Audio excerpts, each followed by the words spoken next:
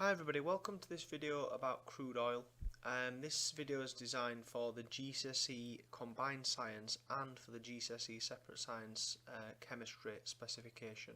So crude oil essentially is made from the remains of plankton and biomass at the bottom of the ocean. Now this process of forming crude oil can take millions of years to occur, and it will happen under the seabed quite deep down with the intense heat and pressure. And usually this happens in the absence of oxygen, and the crude oil is then obtained by drilling down below the sea surface and pumping the oil up to the top near the rig, where it's then put onto oil tankers and taken to the land to be purified. So crude oil essentially is a mixture of molecules called hydrocarbons.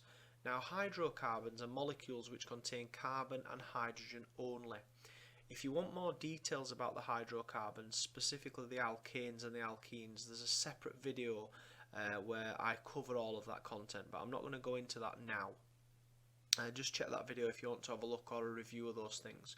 So crude oil is classified as a finite resource, and that means that it will eventually run out, and we think at the minute there's around about 40 years left of crude oil. That's assuming that our usage doesn't increase, and also that's assuming that the people looking for crude oil don't find any more massive oil fields that may contain more oil. Based on current amounts, that's what we think is left. So we have not got unlimited amounts of crude oil. It's non-renewable. Right, so fractional distillation is the process by which we turn crude oil into its useful products called fractions.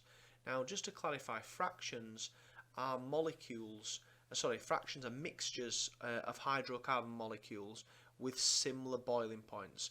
So they contain hydrocarbons with similar chain lengths. For example, petrol, the petrol fraction, will contain molecules with 5 carbons right through to molecules with 8 carbons, possibly 9. So they're not pure in the sense that there's more than one compound present, so the fractions are generally still a mixture. The point is they're actually much more useful than crude oil itself, because the fractions can be used for very specific fuel, whereas crude oil itself there's too many compounds present for it to really be useful. So crude oil contains hydrocarbons ranging from 1 carbon to well over 50 carbons, so it's well worth knowing that there's all those different hydrocarbons present. Although you only need to know the first 4 hydrocarbons or the first 4 alkanes, there are many others that you don't need to know that are present in crude oil. So we're going to take a look at the process itself. Right, so we're going to take our little molecule here, the blue and yellow. Now it's got a boiling point of 172 degrees. So just to clarify, that's the point at which the liquid would turn into a gas. So if we imagine we've got our molecule with a boiling point of 172 degrees, as it comes into the column, it's heated and it vaporizes. Now, one of the things you'll notice about the column is it is cooler at the top and hotter at the bottom. Now, down here it's around about 340.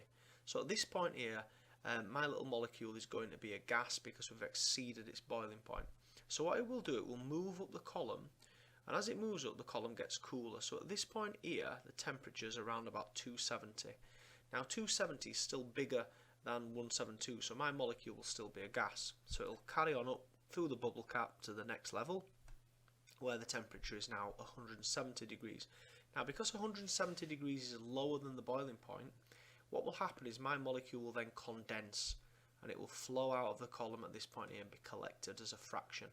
So that's the basic process of fractional distillation.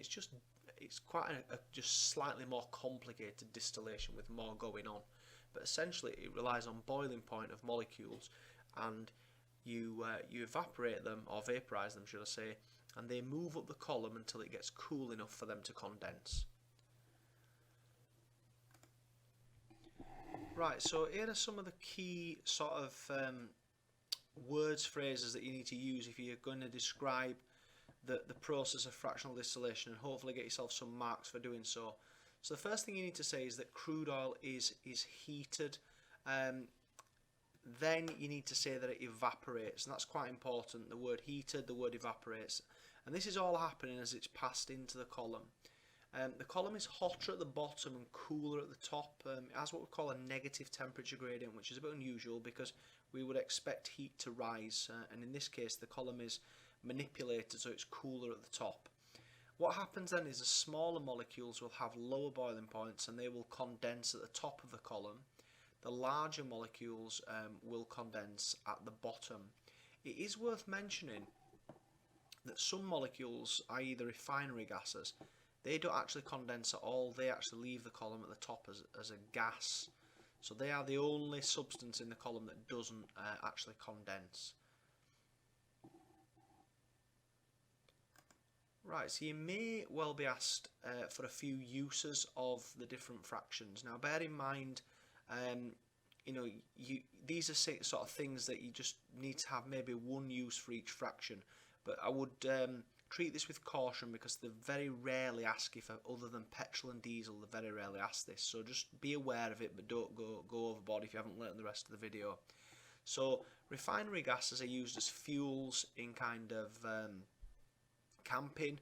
Petrol's obviously used in cars. Naphtha is used in the chemical industry. Kerosene is aeroplane fuel. Diesel is used for diesel engines in sort of HGVs and buses. Lubricating oil is the oil you put in your car engine to keep it lubricated and to sort of dissipate the heat.